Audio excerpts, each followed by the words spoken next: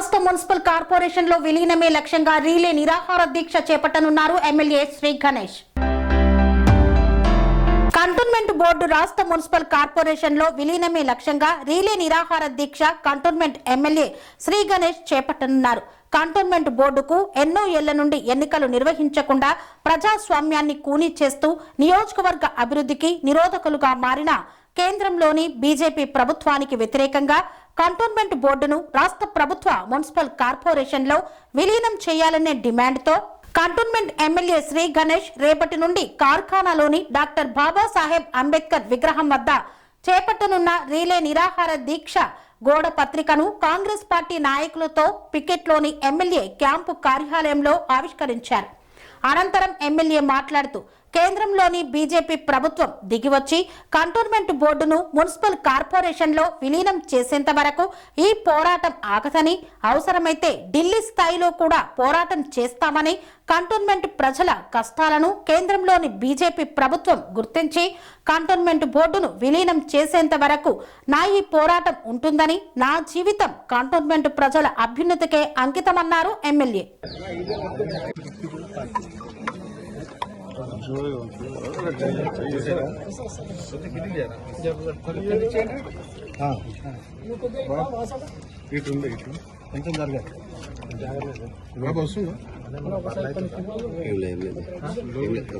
అందరికీ నమస్కారం. ఈరోజు కాంగ్రెస్ పార్టీ నాయకులతో కలిసి రేపటి నుంచి జరగబోతున్న కంటోన్మెంట్ బోర్డుని విలీనం చేయాలనేది ఏదైతే మూమెంట్ తీసుకున్నామో మొన్న ఏదైతే కేంద్ర ప్రభుత్వం మళ్లీ నామినేటెడ్ వ్యవస్థని కంటిన్యూ చేస్తున్నట్టు ఏదైతే నోటిఫికేషన్ ఇస్తున్నారో దాన్ని వ్యతిరేకిస్తూ 2018 నుంచి ఈ కంటోన్మెంట్ విలీనం చేయాలా, కంటోన్మెంట్ బోర్డు నుంచి ఓటు హక్కు తొలగించినప్పటి నుంచి నేను అప్పుడు కూడా నిరాహార దీక్ష చేశాను. ఈ కంటోన్మెంట్ పాలనతోటి ప్రజలకు ఎంత నష్టం అవుతుందో, అదేవిధంగా నేనేం బాధ్యత లేనప్పుడు చూసిన విధం వేరుంది. బాధ్యత వచ్చిన తర్వాత ఈ కంటోన్మెంట్ బోర్డు, ఈ స్టేటు, ఈ సిస్టమ్ ద్వారా ఎంతో నష్టం జరుగుతుంది. కాబట్టి సిస్టమ్ మేలు జరగాలంటే కంటోన్మెంట్ బోర్డుని స్టేట్ గవర్నమెంట్ లో విలీనం చేసినప్పుడే కంటోన్మెంట్ కాన్స్టిట్యున్సీ కూడా బాగా డెవలప్మెంట్ అవుతుందని పూర్తిగా అవగాహనతోటి నమ్ముతున్నాను. అదే కాకుండా ఏ వ్యవస్థలైనా కూడా ఎక్కడైనా బోర్డు ఎలక్షన్లు కావచ్చు, కార్పొరేషన్ ఎలక్షన్ కావచ్చు, సర్పంచ్ ఎలక్షన్ కావచ్చు, మున్సిపల్ ఎలక్షన్స్ కావచ్చు, ఎలక్షన్లు జరగాలి స్థానిక సంస్థలు.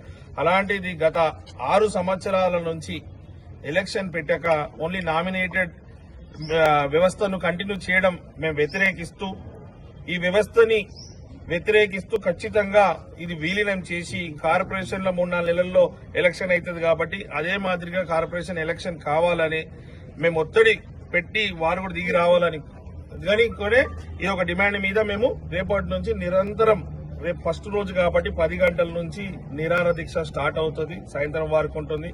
ఎల్లుండి నుంచి 9 గంటలకే స్టార్ట్ అవుతుంది. కాబట్టి రోజు నేను కూర్చుంటాను. అనేక మంది సంఘాలు కావచ్చు, ఇప్పుడు కాంగ్రెస్ పార్టీకి సంబంధించిన మహిళా నాయకులు, మహిళా కాంగ్రెస్, యూత్ కాంగ్రెస్ వాళ్ళు, ఎన్ఎస్సీఐలు, దాంతో పాటు కాలనీ వాళ్ళు, బస్తీ వాళ్ళు కూడా నిన్నటి నుంచి ఫోన్లు చేసి వాళ్ళు కూడా వచ్చి కూర్చుంటాం.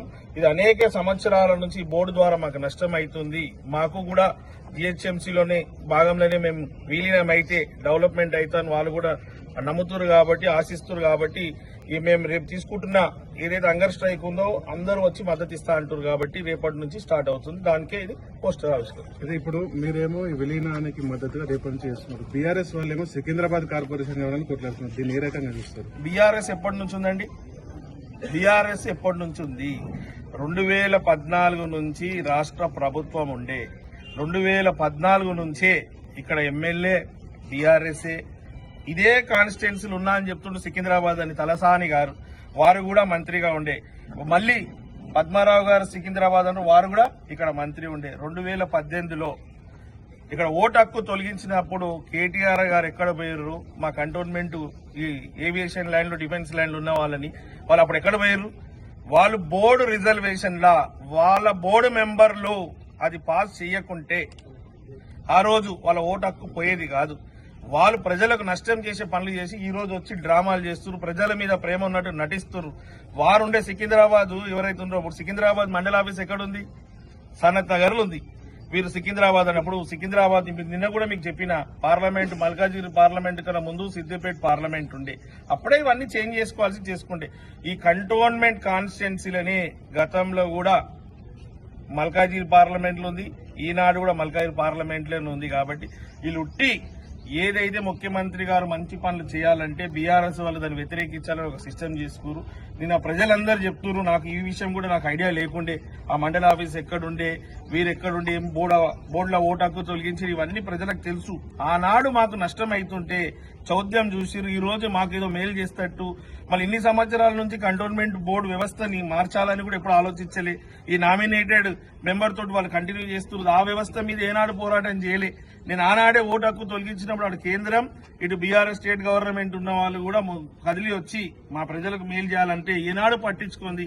ఈనాడు వాళ్ళ అవసరం ఏదో వాళ్ళ పార్టీ బతికి బయటపడాలన్న ఆలోచనతో ఈ రోజు సికింద్రాబాద్ అని ఒక స్టోరీ తీసుకొని ముందుకు నడుస్తున్నారు. మరీ ముఖ్యంగా మీ అందరి ద్వారా చెప్తున్నా, యావత్ సికింద్రాబాద్ ప్రజలకు అందరికీ సికింద్రాబాద్ డిస్టిక్ అనేది ఏం మారతలేదు, ఏం చేస్తలేదు, యథావిధంగా కొనసాగుతుంది. కావాలని వీళ్ళు డ్రామాలు చేసి నటిస్తున్నారు. ప్రజలే అంటున్నారు ఎక్కడ సికింద్రాబాద్ ఎటుపోతుంది, ఎక్కడున్నది అక్కడే ఉంది. ఇది ముందు నుంచి మల్కాజ్గిరి పార్లమెంట్ అండర్లోనే ఉంది, ఇప్పుడు కూడా మల్కాజ్గిరి పార్లమెంట్ లోనే ఉంటది. కానీ వీరు ఏదో చెప్తున్నారు కానీ ప్రజలను కన్ఫ్యూజ్ చేయాలనుకుంటారు, కానీ వీరే కన్ఫ్యూజ్ అయి ఉన్నారు. వారికి ఏంది టైటిల్ అని కూడా తెలియదు. సికింద్రాబాద్ మారిపోతుంది, ఎక్కడ మారిపోతుంది, ఎక్కడున్న సికింద్రాబాద్ అక్కడనే ఉంటుంది. మరీ ముఖ్యంగా ఆ అంశం కన్నా ముఖ్యమైన అంశం ఏంది, మనకు విలీనం కావాలి. ఇక్కడ కూడా స్థానిక సంస్థ ఎలక్షన్లు ఏ విధంగా అయితే కార్పొరేషన్ ఎలక్షన్ అవుతుందో అందులో ఎలక్షన్ రావాలి. మొత్తం సిస్టంలా 10 సంవత్సరాలు బీఆర్ఎస్ఏ ఉండే, ఎమ్మెల్యే కావచ్చు, మంత్రులు కావచ్చు, బోర్డు మెంబర్లు కావచ్చు, చైర్మన్లంతా బీఆర్ఎస్ ఉండే. ఈ 10 సంవత్సరాలలో మీకు కంటోన్మెంట్ గుర్తుకు రాలే, ఈ సికింద్రాబాద్ గుర్తుకు రాలే, ఇప్పుడేనా మీకు వచ్చింది. Thank you.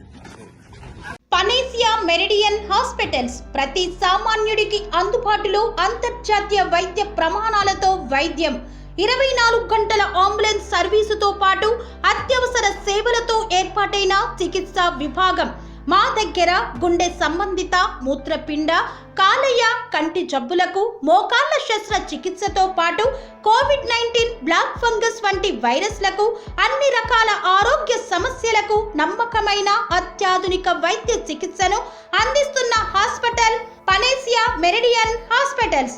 మీ ఆరోగ్య సమస్య ఏదైనా ఇప్పుడు పరిష్కారం సాధ్యం.